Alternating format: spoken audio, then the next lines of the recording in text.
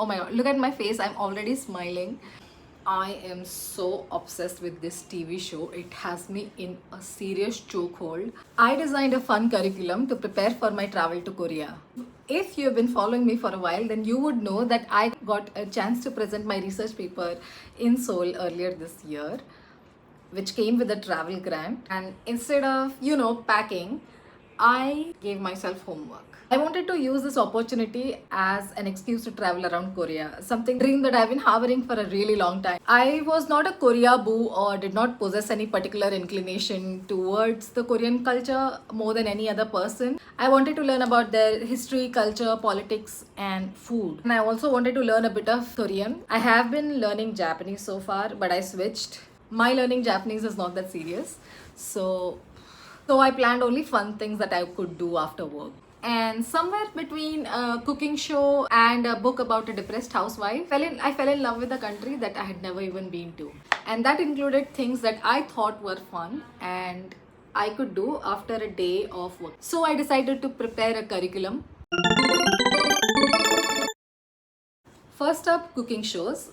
I will start with Culinary Class Boss. It's a show about where a few very established and like Michelin star chefs in Korea compete with some lesser known chefs, and they compete to find out who is the best chef of Korea. And it is so intense. In the beginning, I was like, it felt a little show offy to me. And it gave me very like demonstrative aggression vibes. But by the third episode, I was completely hooked. I got to get familiar with Korean ingredients and food culture and dishes. And obviously, the chefs were not whipping up anything ordinary because it was a competitive cooking show. Neither did they have any social interactions that could help me pick up some Korean. But it was actually really useful and I was absolutely hooked. It was so well produced that I absolutely loved it. And like any good series, it made me want to go into rabbit holes of the chefs that I kind of had a crush on, and then I watched their interviews and I stalked them on Instagram, and that's how I discovered the second recommendation of the day, which is a TV show called Chef and My Fridge. Oh my god, look at my face, I'm already smiling. And I am so obsessed with this TV show. It has me in a serious chokehold. No jokes. The concept is this, that top chefs in Korea come on this game show and each week they invite two celebrities. They bring their actual fridges, and using only ingredients from the fridges, the chefs have to whip up some dish within 15 minutes. And they compete against each other in groups of two, and then they get chosen by the fridge owner. And the whole time the host and the chefs are commenting on the whole process, and it is an absolute riot. It is so hilarious. I'm just watching subtitles, but I am laughing out loud in my bed well into the night, and it's hilarious. The chefs' personalities come out and then they have their inside jokes, and you get it sucked into this like very happy, loving universe, and it's just absolutely amazing. I would recommend it to anybody. And then I want to talk about books. I scoured Reddit and I found books that represent Korean culture the best. And the most common one that came up was Kim Ji-young, born in 1982. It's about a young woman named Ji-young who's struggling with postpartum depression. And the book tries to understand why it seems sudden and unexplained, but then there's all these microaggressions, feelings of unfairness that have always been there as a part of her life. And it explored her life as the quiet way in which women are expected to carry on household works, produce babies, look after the babies, and then sacrifice their careers. And it gave me this weird, unexpected gratitude. Korea didn't have the kind of affirmative action that Indian constitution has given women.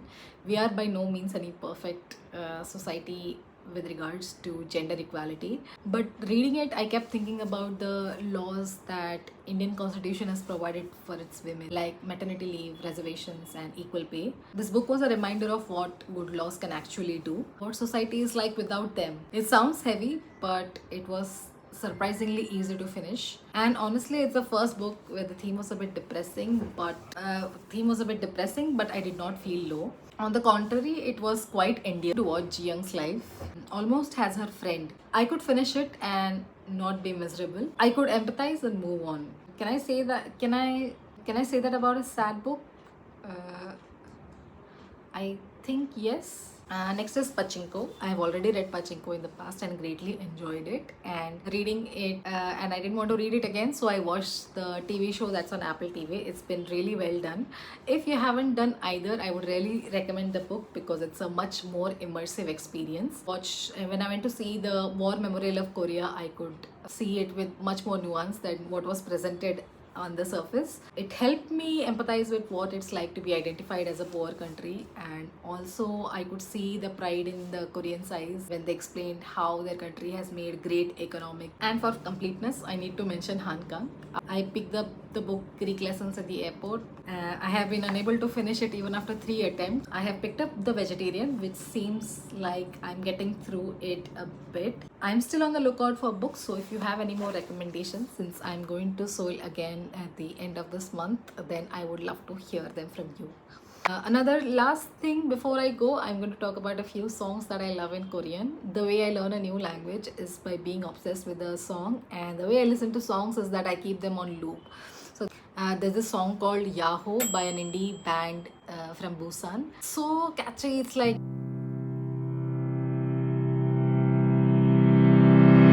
I'm going to redact it for copyright purposes, but I loved it. I have heard it's English and Korean, so it's a bit easier to catch up. And then if I like a song enough, and then I start singing it, and then I start singing it, then I want to look up what the words mean. And also, I've been listening to Blackpink a lot. I tried listening to BTS, but I don't think it's my jam. I think the Blackpink members are somewhat my age, and their individual songs are really amazing. I'm really into Jisoo and Jennie. Jennie because she has a lot more English lyrics, and Jisoo because I just think she's amazing and I love her. Anyway, that was my list. This was an experiment in just doing things for the sake of nothing but chasing my curiosity. If you liked any of these or have any recommendations for me, I would be so grateful to hear them in the comments. If you need my full book list, let me know. I will do my best to answer them in the comments as well. So bye, see you, annyeong.